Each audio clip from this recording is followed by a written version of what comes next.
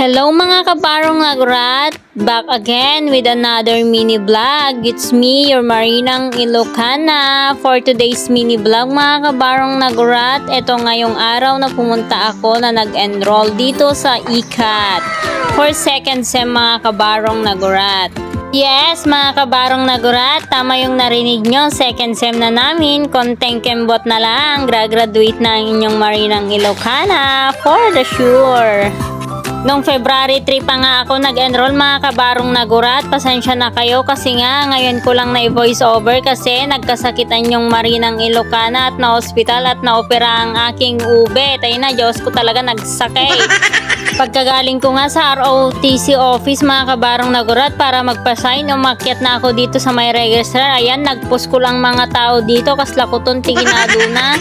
Nagpiperma na nga ako ng matriculation form namin dito mga kabarong nagurat at tignan nyo naman napakatidog ng pila ay na Diyos ko nagado talaga tayo enroll pa lang nagado ti estudyante ito ICAT. Kaya kayong mag-aaral dito sa ICAT agahan yung magpa-enroll nukan para hindi kayo maabutan ng mapakadaming pila.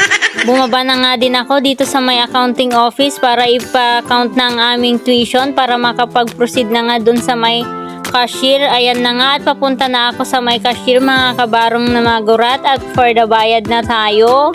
Pati naman pala dito sa may cashier mga kabarong nagurat napakadami ng pila kaya yan for the pila naman tayo.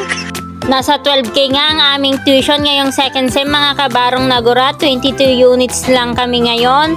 At ayan na at nagbabayad na ako. Syempre hindi muna yan cash at for the partial muna tayo kasi hindi naman tayo mayaman.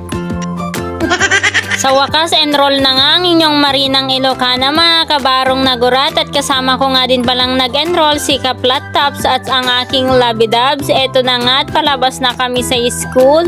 Please like and share my video mga kabarong nagurat. Nalpasen, agiyaman!